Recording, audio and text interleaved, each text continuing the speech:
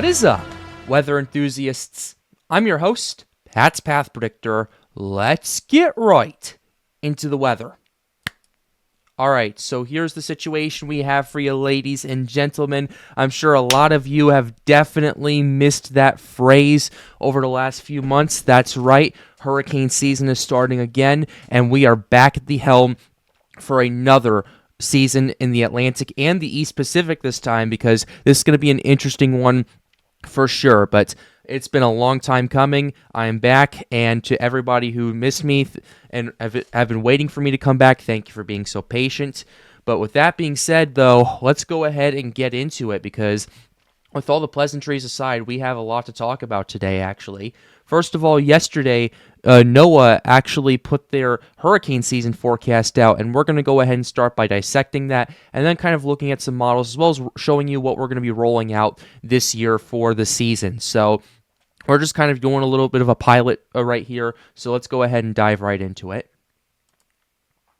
Starting off right here, this is our first forecast for the hurricane season right here. So this is the headline from USA Today. NOAA's hurricane season forecast includes El Nino and a surprising twist. What is that surprising twist? We're going to go ahead and see what that is. Experts say people in hurricane-prone areas should essentially ignore 2026 hurricane season forecasts and prepare for a dangerous season.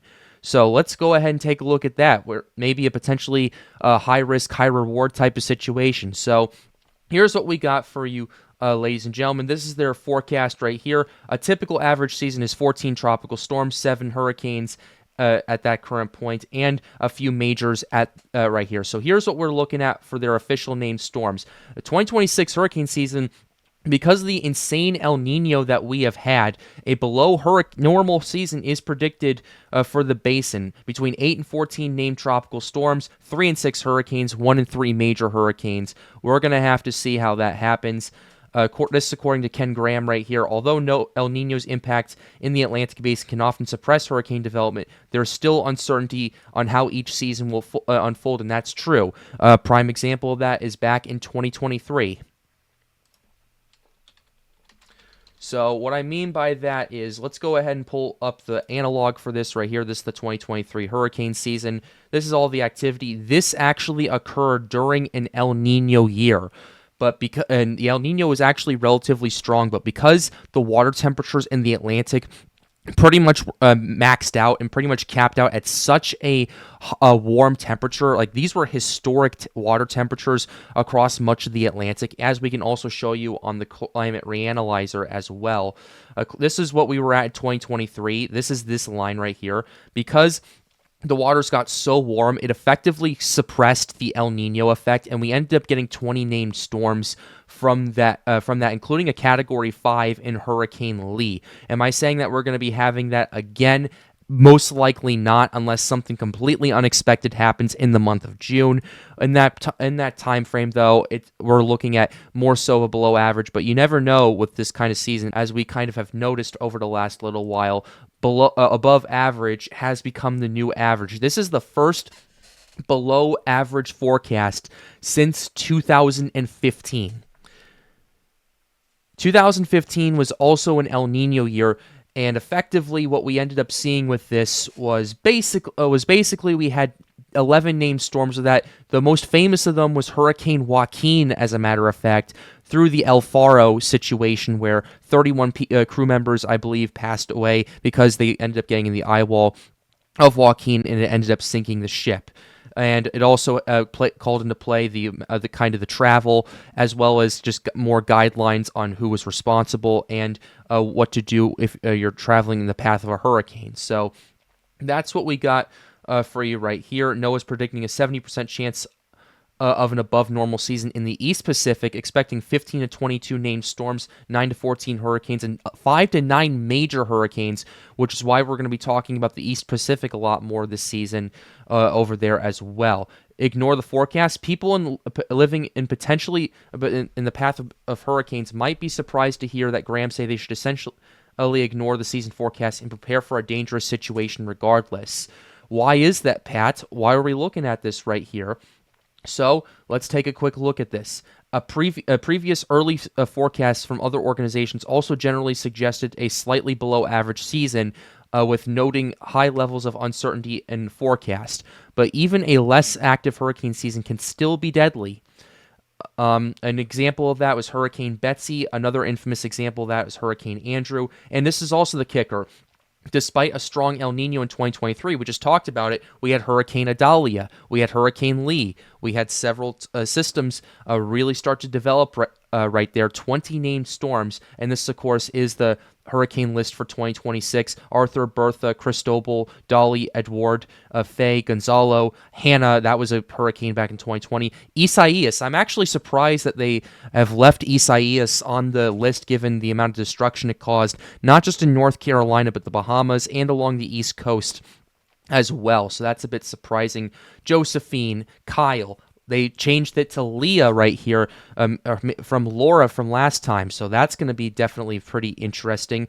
Tropical storm Marco, they're going to keeping that up. I remember when that was a hurricane expected to hit Louisiana, it fizzled out in the Gulf. Nana, Omar, Paulette, Renee, Sally, that was a big hurricane back in 2020 that hit the Florida Panhandle. Category 2 intensity, actually, intensified all the way to land. Teddy, Vicky, and Wilfred, so that's going to be an interesting situation going on right there. Prepare early for potential storms. The rest of this article is pretty much talking about that and the El Nino influence. So that's basically what we have going on right here. I think this would be an appropriate time now to actually take a look at the analysis tools, look at the ocean analysis real quickly to kind of show you our El Nino index. So here's what we had for the last few months. We had La Nina going in through the early part of 2026.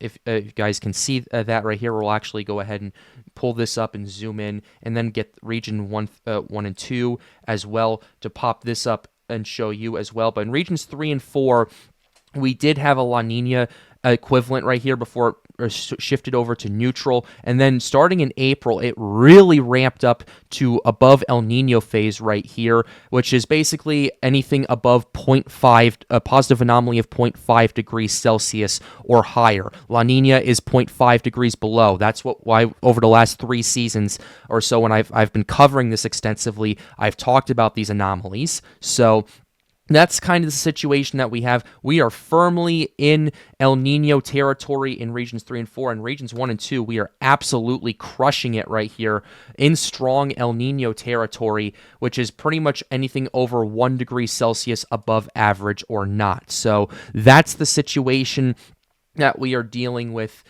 going forward right there. But holy hell, this has been quite the journey for sure for me to even take a look at. And it's just seeing just how much this is exploding. Some models have even forecasted at least 2 degrees Celsius on average across the entire ENSO region for this season. I've seen some forecasts calling for 3 degrees Celsius.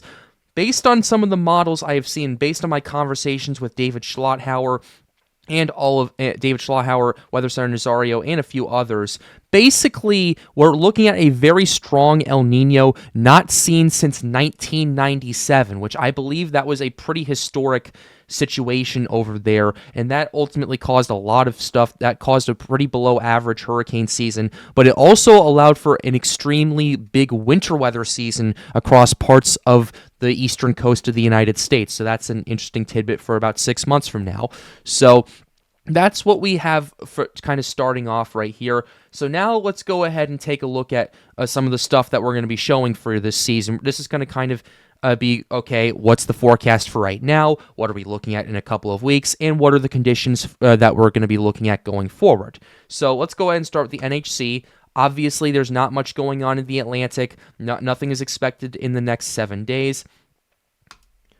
Looking at the EPAC, it's a similar situation. Their hurricane season actually started last week, as a matter of fact, on May 15th. Ours in the North Atlantic starts on June 1st. So that's something to pay attention to. We did have a potential area of interest for a little while that fizzled out, I believe.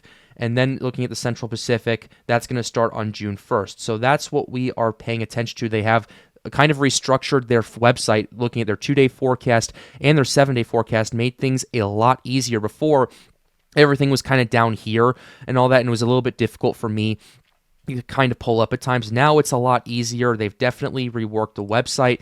W for the NHC for doing that. I really appreciate you doing that for us on the forecasting side of things. So thank you. It makes it a lot simpler. Now let's go ahead and take a look at some of the models that we have right here. We're going to be pulling up the European. We're going to be pulling up we are going to be pulling up a lot of ensembles this season. We have Weather Nerds pulled up already on another tab to show you in just a second. We're going to show we're using the European, the CMC, which is the Canadian model, the GFS, even though it is notorious for being the GFS, but hey, it did get the 2024 hurricane season right. So a broken clock is right twice a day. But ultimately, the situation that we have, we're not really seeing much development according to the European, and we can go ahead in a little bit in the video break down some of the reasons why it is and kind of what the conditions are in just a second. But here's what we have for the European, basically showing not too much really happening except for some mesoscale development in parts of Florida and other parts of the United States. Maybe some severe weather happens. European has this low pressure system kind of forming off of areas in the Gulf and then to Florida. I think that's more of a frontal boundary and more of a mid-latitude cyclone instead of a tropical cyclone. The difference between a mid-latitude and a tropical cyclone, for those of you who do not know, is a mid-latitude cyclone relies on baroclinic forcing and it also has fronts attached to it, whereas a tropical cyclone relies on water temperatures and shear and moisture alone. It is non-frontal, it's warm cored, whereas mid-latitude cyclones are cold core. So that's an interesting fact for you guys right there. And then as this cyclone starts to move into parts of the Atlantic, it starts to fizzle out a little bit more. European, curiously, does have something trying to develop by June 1st off the coast of the Carolinas, although I'm not 100% sure if this is frontal or tropical in nature. Yeah, it looks like to me that it's frontal in nature based on these heights that we have going on right here, based on these red dashed lines that we're looking at. So definitely something to pay attention to for sure.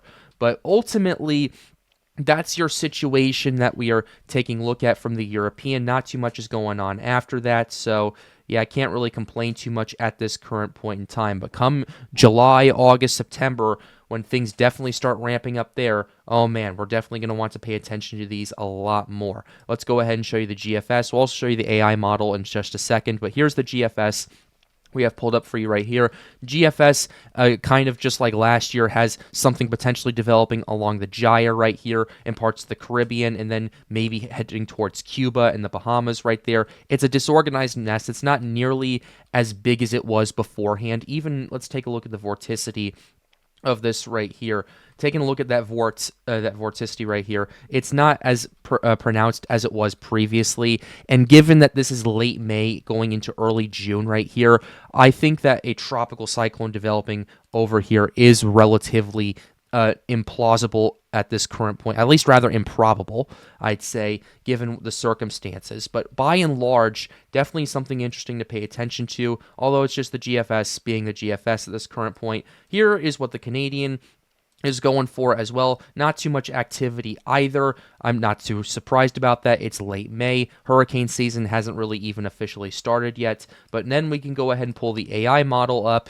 Right here, the European AI, been a staple since 2024. The European AI model, I will say, is definitely one of those models that's good with initial development, but it's really bad with intensity, and they need to do a lot of tweaks and all that stuff. So yeah, that's what we're taking a look at, and that's what we're taking a glance at right here. The European AI model has this cyclone kind of off the Carolinas right here, but I'm pretty sure this is more so frontal in nature and a mid-latitude cyclone compared to a tropical one. So that's something to keep in mind as well. So that's what your models are showing right here. Taking a quick gander at the not the AI, but rather the ensemble tracks. Okay, this is completely blacked out. There we go. And what we have for you right here, this is the European the European ensemble tracks, mainly favoring some development potentially happening in the Eastern Pacific. When does this potentially start right here? Let's go ahead and go to 144 hours out. Yeah, it potentially starts to form about 6 days out or so. And then we'll go ahead and take a quick gander at that. as well. Actually, let me see. Actually, hold on. I can't even. You're not even seeing the screen, unfortunately. I'm getting used to this, guys. This is just a bit of a pilot. You know how this goes early in the season. We're still figuring things out, but yeah, looking at some potential development happening over here in the East Pacific starting in the next week or so that we're going to want to pay attention to on the ensembles. Then going to 10 days out, you have these ensembles of that cyclone that we were talking about earlier in the Atlantic over here, but overall not too much is going on. Let's take a quick gander at the GFS ensembles right here. GFS ensembles are a bit more scattered and there's a lot more mid-latitude stuff in nature right here. And then as we're taking a quick look at, you do have a few ensembles, but it's just a big spaghetti mess, and there's really not much concentration with this. But the reason I show you this is there are two things that we need to look at with the ensembles to indicate, is this a signal or is this not? One indicator is there a lot in a concentrated area? That can potentially be a situation where, okay, it's starting to get its act together. Models are starting to ramp up on it. The other thing I've noticed is does the signal have a lot of power to it? And what I mean by power is how intense are these spaghetti plots? Are we looking at maybe a lot of very weak signals? Are we looking at lesser but more powerful, like potentially hurricane strength ensembles as well? Like, for example, of a big power ensemble would be something around like 960 millibars or so. That's kind of something that we're looking at. So one thing you do need to keep in mind is if there's not a lot of ensembles, but there's a lot of power to it, that's one of those high risk, high reward type of situations. And we kind of encompassed what we had with that last year as well. So I would also pay attention to those just in case, because there's maybe like instead of like if there's not 50 ensembles of the European, instead of like 20 is showcasing a lot of power to it, you're definitely going to want to take that kind of seriously, especially as you start looking at more data and more conditions going forward. So that's kind of the two things to look at right here. Last thing we're showing you on the showcase right here is what we're going to be looking at, which is shear and dry air. These are our two maps that we've always done here on the channel, and we will continue to use. Here is your 200 to 850 millibar bulk shear that we use for Tropics across here. European, let's take a quick gander at that. Actually, go ahead and use the 0Z because that goes further out. 0Z, pretty interesting situation right here. A lot of shear. This is kind of the graveyard. This is what you would expect for a lot of areas right here. Just out of curiosity, though, I do want to check the wind shear anomalies. Okay, definitely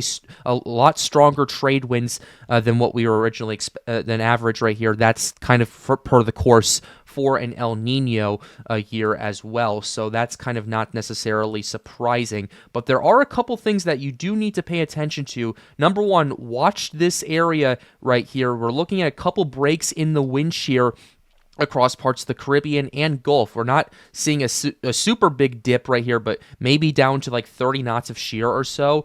Definitely something that you're going to want to pay attention to, and we'll have the real-time shear maps pulled up by the next video to kind of encompass that aspect of it as well. So by June 1st, it looks like the shear in this area right here is definitely going to start calming down quite a bit, and we're going to want to pay attention to it a bit more. So that's something to take into consideration right there. And then let's go ahead and go to the relative humidity. This one's another one. We're looking at dry air, dry air, dry air. Although there is a bit of a twist with this right here, at least going to late May and early June, the dry air doesn't necessarily seem to be as extensive. It is in the tropics, but everywhere else it's not nearly as bad. So that's definitely something that you're going to want to pay attention to. And then taking a quick gander at the anomalies right here as well. We're definitely looking at a bit drier in the main development region, but a bit more moist also kind of everywhere else. But as the Sahara air starts to kick in across much of the tropics, we're definitely going to want to watch that for sure. I will say, though, that's going to be definitely something to pay attention to, because dry air was what kind of stopped the 2022 hurricane season from being as active as it could have been forecasted, and it was also the reason why 2024 wasn't as active as the hyperactive forecast the initial models were forecast, mainly because the dry air prevented a very active July and a kind of quiet August, with the exception of a couple of storms as well. It wasn't until mid to late September when things really started to ramp up in that season. So that's definitely something to keep in mind, and definitely something that you're going to want to watch, and something we will continue to keep an eye on here for you on the Pat's Path Predictor channel. But with that being said, before we end this video, I have a couple things I'd like to say. Number one, Ethan, one of my close buddies, Ethan WX on YouTube, he has officially graduated with his meteorology degree, so I'm very proud of him for doing that. He's been through quite the journey, and I will leave his channel link in the description down below. Go subscribe to him and wish him a congratulations on his recent graduation. So, yeah, I was up there kind of celebrating with him last weekend, so it was really good to get to see him again, as well as, just celebrate this big moment with him as well.